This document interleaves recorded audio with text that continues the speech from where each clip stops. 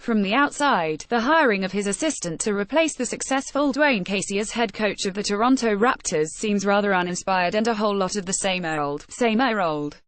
It appears that way until you start talking to Nick Nurse, understanding him just a little, hearing him explain some of his philosophies and beliefs, and getting to know something really important about him, such as his taste in music. Why did it take this long for Nurse to be named Raptors coach?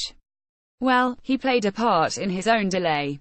The announcement of Nurse, or the closing of the deal that made him Raptors coach, was put on hold because he had tickets for the Rolling Stones at Old Trafford in Manchester, England, on June 5.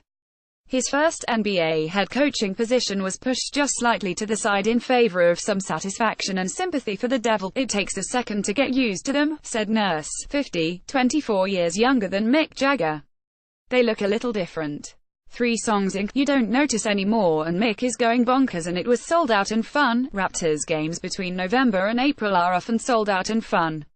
Then the playoffs begin, and with it comes the Toronto angst as the Raptors deal with their own devil in the form of LeBron James. It won't be until April or May, unless they goes into total disaster mode, that we will really get our first impression of who Nick Nurse is and what kind of coach he will be to start, and maybe more importantly, what kind of coach he will grow into. Dwayne Casey was a better head coach at the end in Toronto than he was at the beginning, and a better coach in Toronto than he was in Minnesota. Coaching is as much about learning as it is about teaching. These lifers, such as Casey and Nurse, coach for years in other countries and other leagues and other places to finally get the big job. And the big job has now started for Nurse. He knows that because every time he's on the phone, there are 3 calls waiting for him. He's talked to almost all of the Raptors now and, maybe most importantly, met in person with Kyle Lowry, whose autobiography one day may be titled "Impossible to Coach." "I love him," said Nurse. "I've never seen a guy compete the way he competes.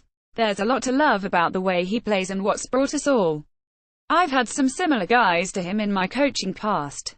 For me, my way of thinking, he had a really good year. We cut his minutes way down. It was 4 to 5 games on the year. He had a good playoff. I met with him and he's excited to have a good year." If you listen to Nurse closely enough, he sounds both original and old school. Old school in that he loves all of his new players, which, for him, have been his old players. He thinks he can salvage Norm Powell, who was terrible last. He thinks he can find more useful ways to get minutes out of Jonas Valanciunas. He believes he can fix Toronto's traffic problem. Okay, he didn't say that.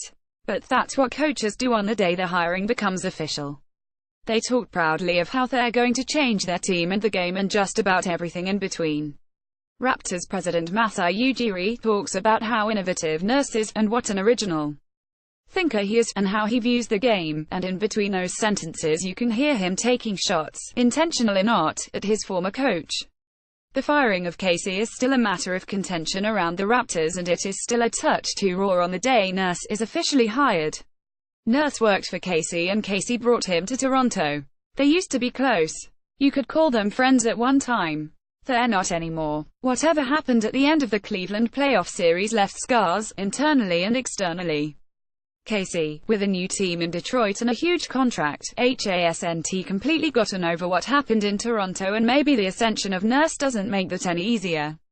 The final days of the Cleveland series, games 3 and 4 in Cleveland, saw an implosion of the Raptors coaching staff, and, by the end, one insider contends, it was every man for himself. Casey is in Detroit. Rex Kalamian, the defensive equivalent to Nurse, has gone to the Clippers. G League head coach Jerry Stackhouse has gone to Memphis. A year earlier, general manager Jeff Weltman left for Orlando. That's a lot of front office departures in less than 12 months. For me, if you have good people and you have success, you're going to lose good people, said Ujiri, the team president. I'm proud of those guys and where they are. Stackhouse and Kalamian wanted the Raptors head coaching position. When neither got close to the finish line, they departed. Nurse, after 3 interviews, was the last man standing, dancing to Jumpin' Jack flashed one last concert before the big stage becomes his. SIMMONS at postmedia.com